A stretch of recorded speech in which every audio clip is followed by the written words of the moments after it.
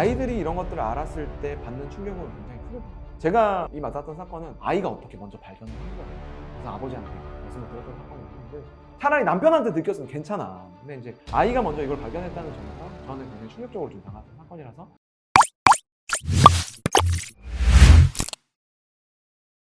변호사님이 그 상가 전문 변호사시잖아요. 다양한 사건들을 많이 겪으셨을 텐데 오늘은 상담하셨던 사건이나 들었던 사건 중에서 이 분야의 엽기적인 불륜상을 탑5로 한번 꼽아주실 수 있나요? 사실 뭐 불륜 상대는 누구한테든 누구든 간에 충격적이긴 하죠. 그래도 이거는 너무 충격적이다. 이런 상대까지 바람을 피나 뭐 이런 것들을 한번 제가 뽑아봤습니다. 5위는 전남친. 유부녀분들이 결혼 생활을 만족하면은 다행인데 이제 결혼해보면은 사실은 만족스럽지 않을 수 있거든요. 누가 얼마나 만족스럽겠어요. 그러다 보니까 우리가 기억은 미화되잖아요. 아 지금 남편이 좋은 줄 알고 결혼을 했는데 전남친, 전 썸남, 마지막에 소개팅했던 남자 그리운 거예요. 그때는 뭐 이런 점들이 마음에 안 들어서 헤어지고 지금 남편을 선택을 했는데 지나고 보니까 갑자기 그 기억이 미화되면서 전 썸남이 생각이 나는 거죠. 전 남자친구가. 그러다가 이제 뭐 남편이 출장을 갔단 말이죠. 그러면 잘 지내? 뭐 요즘에 보니까 너 여자친구 없는 것 같더라. 나는 뭐 결혼했어? 이렇게 하면서 이제 연락을 하는 거예요. 그러면은 남자들은 또 어때요? 받아줘요. 뭐 유부녀고 뭐고 남자들은 상관없거든요.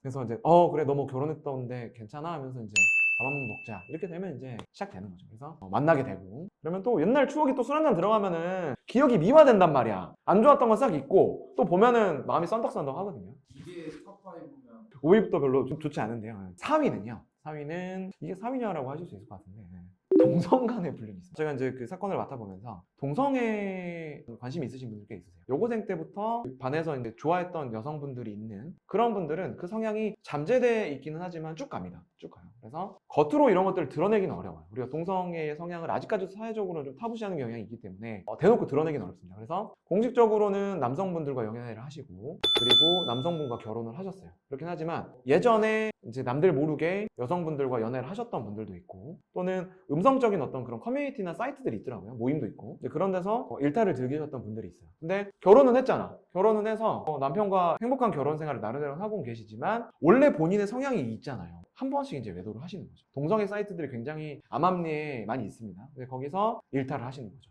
나도 여자인데 마음에 드는 여성분들을 만나서 외도를 하시는 경우도 있고 심지어 제가 봤던 상담했던 사건은 유부녀들끼리 만나세요. 카페에서 만나요. 그걸 누가 불륜이라고 의심을 하겠어요? 그래서 굉장히 충격적이고 엽기적이라고 볼 수 있습니다. 상상하기 좀 어렵습니다.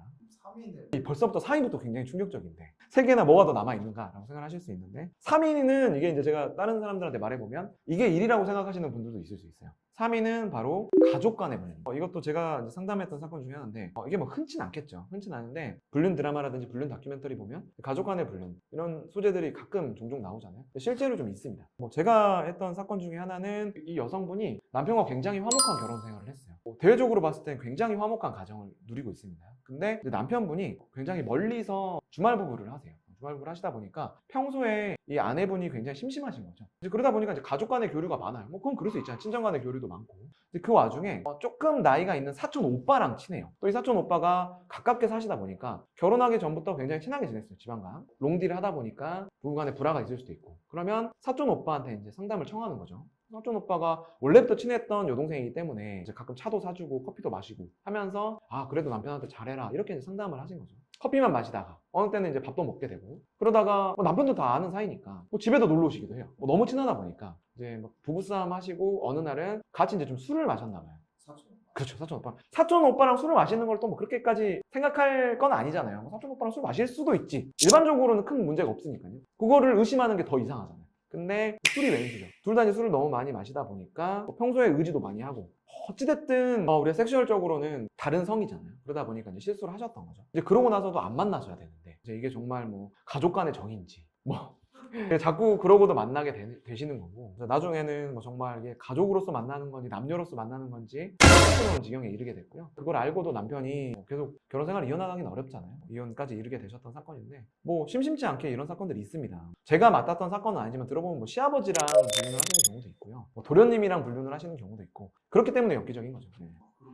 다음은 어떤? 이제 더 이상 사실 할 게 없는데 가장 심한 게 2개가 남아져 있냐라고 하실 수 있는데요. 2위로 꼽은 거는 바로 남편의 절친, 남편의 지인들과 불륜을 저지른 거를 제가 2위로 꼽아봤습니다. 이 사건도 이제 제가 상담을 했던 사건인데 최근 이슈가 되는 드라마 보면 그 내 남편과 결혼해줘 뭐 이런 거 보면은 내 절친과 바람을 피고 뭐 이런 경우가 많잖아요. 그래서 생각보다 뭐 드라마나 뭐 다큐멘터리 이런 데서는 흔한 소재예요. 근데 실제로도 생각보다 있습니다. 애초부터 내가 내 남편의 절친하고 바람을 펴야지? 이렇게 생각하시는 분들은 없어요. 어떤 경우가 제일 많냐면은 부부 동반 모임 같은 걸 많이 해요. 우리 남편하고 저 남편하고 친하면 친구들끼리 이제 부부끼리도 많이 이제 밥도 먹고 술도 마시고 놀러도 가고 이렇게 하잖아요. 그 자체가 나쁘다고 볼 수는 없죠. 되게 흔한 모임이니까. 제가 했던 사건도 남편들끼리 고등학교 동창이시고 굉장히 친해요. 너무너무 화목한 친구다 보니까 아무래도 아내들분들하고도 이제 같이 친해질 수밖에 없죠. 그래서 넷이서 이제 너무 잘 맞으니까 저녁도 종종 같이 먹고 아이들끼리 놀러도 같이 가고 뭐 이렇게 되는 거죠. 근데 이제 항상 4명이서만 만날 수가 없잖아요. 어느 날은 4명 중에서 1명 멤버가 좀 늦는 거야.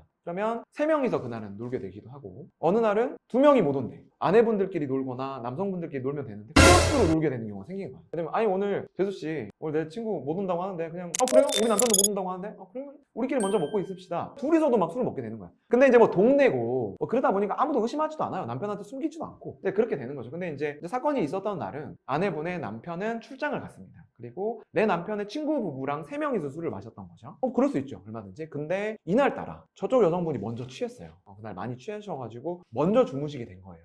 그러다 보니까 이제 마지막에 내 남편의 친구와 이 아내분, 우리 의뢰인분하고 같이 이제 술을 마시게 된 거죠. 애기들 다 자고 있고 우리 둘만 끝까지 마시고 있는 거예요. 그러니까 술이 많이 들어다 보니까 오래 보니까 정도 들거든. 한 번 그런 어떤 정을 나누시니까 맨날 보기는 보거든. 그러니까 이제 뭐 자주 만나게 되고 둘이서 술 마시는 게 자연스러워지고 마실 때마다 이제 정분이 나시고 모를 수가 없죠. 당연히 이제 양쪽에서 다 알게 되셔가지고 이제 문제가 생겼던 건데요. 이게 진짜 뭔가 일어날 법한 일이네요. 그럼요. 근데 뭐 우리가 일어날 법하긴 하지만 생각보다 또 일어나진 않아요. 그리고 제가 엽기적이라는 단어를 붙인 거는 일반적으로 바람을 피는 상대는 뭐 주로 직장에서 만난 사람들이라든지 뭐 어플을 통해서 만난 사람이라든지 뭐 이런 게 일반적인 거고 그래도 일반적인 상식으로는 조금 일어나서는 안 된다.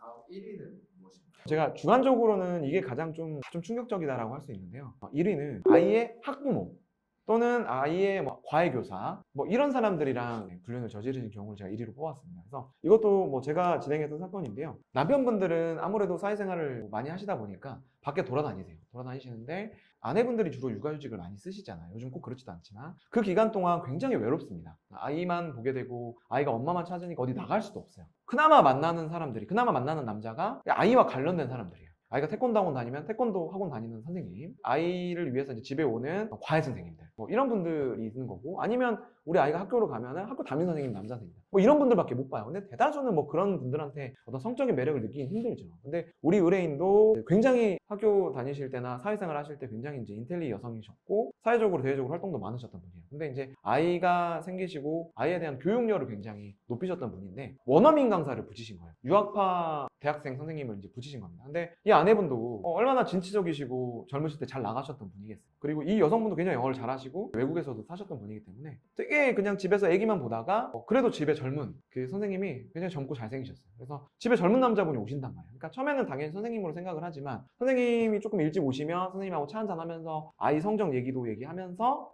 근데 미국에서 어디서 생활하셨어요? 뭐 이런 얘기도 오고 간 거죠. 뭐 그것까지 잘못했다고 할 수는 없죠. 이제 그러다가 뭐 어느 날은 그런 얘기가 좀 길어지고 아이 성적이 좀 좋아지니까 선생님 뭐 제가 밥 한번 살게요 이렇게 되는 거고 그러다가 뭐 어느 날은 선생님하고 칵테일 한잔 할 수도 있고 이제 그러다가 소위 말하는 부정행위가 있으셨던 사건인데요. 급기야 이분이 이제 그 과외 시간을 여유 있게 잡는 거예요. 과외 시간 2시간 하고 앞뒤로 1시간씩 집안에서 미래를 즐기시는 거죠. 뭐 아이는 알 수도 없어요. 숙제하라고 그러고 들어간 다음에 선생님하고 얘기한다고 하고 뭐 이제 은밀한 행위를 하시고 뭐 이렇게 했는데 나중에는 막 밥도 차려주시고 그렇게 된 거죠. 그래서 아이들이 이런 것들을 알았을 때 받는 충격은 굉장히 크거든요. 이 맞았던 사건은 아이가 어떻게 먼저 발견을 한 거예요.